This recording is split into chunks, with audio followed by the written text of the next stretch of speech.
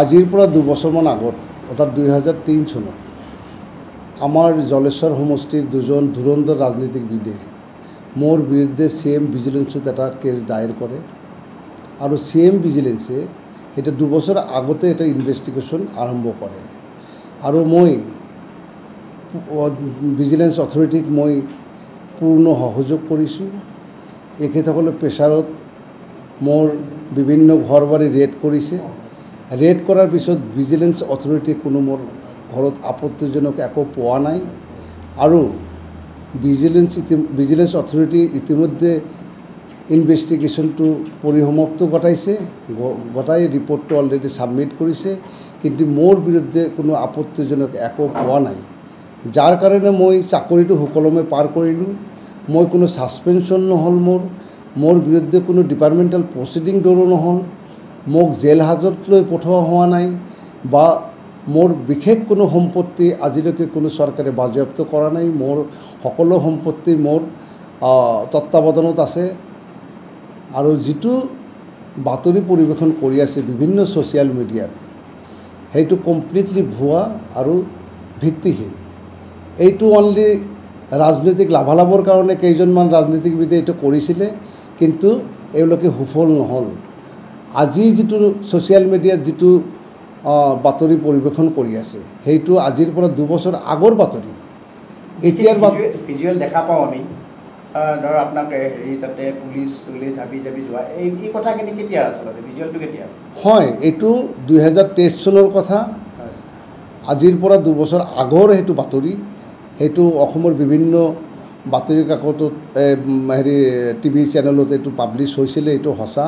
কিন্তু ইনভেষ্টিগেশ্যন কৰি মোৰ বিৰুদ্ধে কোনো আপত্তিজনক একো পোৱা নাই আৰু ইতিমধ্যে মানে ইনভেষ্টিগেশ্যন সেইটো ক্ল'জ কৰি দিছে ভিজিলেন্স অথৰিটিয়ে আৰু এই সংক্ৰান্তত মোক কোনো একশ্যন লোৱা নাই।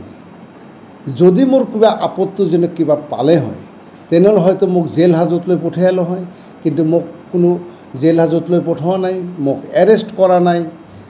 মই সুকলমে চাকৰি কৰিছোঁ, কোনো মোৰ চাকৰিত ডিপাৰ্টমেণ্টেল প্ৰচিডিং লগা নাই।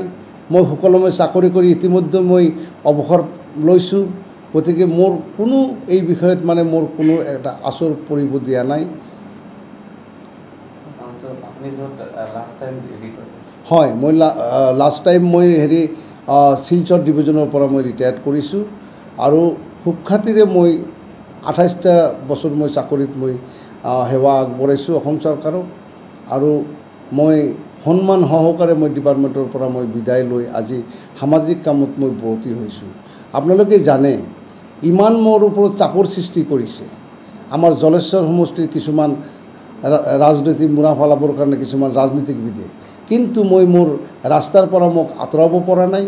আপোনালোকে জানে মই বিভিন্ন সামাজিক কামৰ লগত জড়িত হৈ থাকোঁ, বিভিন্ন অনুষ্ঠানৰ লগত মই জড়িত হৈ থাকোঁ, দুৰ্গতজনৰ মই কাষত চাপোঁ আৰু এইখিনি দেখি এওঁলোকৰ ঈৰ্ষা ভাৱ হৈছে। এওঁলোকে এইটো সহজভাৱে ল'ব খোজা নাই।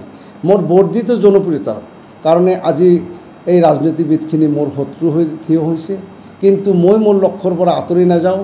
মই দুৰ্গতজনৰ ওচৰত কাম কৰিম, জলেশ্বৰ সমষ্টিৰ উন্নয়নৰ কাৰণে মই কাম কৰিম আৰু আগন্তুক দিনত মই আৰু অধিক সময় মই ৰাইজৰ কাৰণে দিম বুলি মই দৃঢ় প্ৰতিজ্ঞাবদ্ধ। হয়, এইটো কথা সঁচা। মই অৱসৰ লৈছোঁ, অসম চৰকাৰৰ লগত মোৰ কোনো লেনদেন নাই।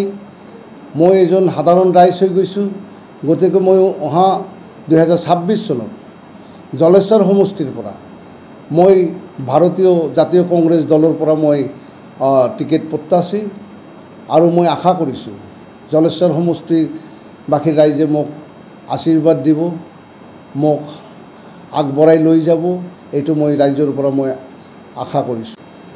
আৰু বিচাৰিছোঁ আপোনালোকক এইটো কথা হৈছে এই মোৰ যিটো ছ'চিয়েল মিডিয়াত নিউজ ওলাই আছে সেইটো নিউজ 2 বছৰমান আগত 2023 চনৰ নিউজ, কিন্তু কিছুমান মানুহে নিজৰ স্বাৰ্থ আদায়ৰ কাৰণে নিউজবিলাক এডিটিং কৰিছে, এডিটিং কৰি বিকৃত কৰি এইটো ছ'চিয়েল মিডিয়াত আপলোড কৰিছে। মই সেইখিনি মানুহক মই চিনাক্তকৰণ কৰিছোঁ। ইতিমধ্যে মই আজি মোৰ অধিবক্তাৰ লগত আলোচনা কৰিছোঁ। মই 2-1 দিনৰ ভিতৰত কেইজনমান মানুহৰ বিৰুদ্ধে মই মানহানিৰ কেছ কৰিবলৈ গৈ আছোঁ।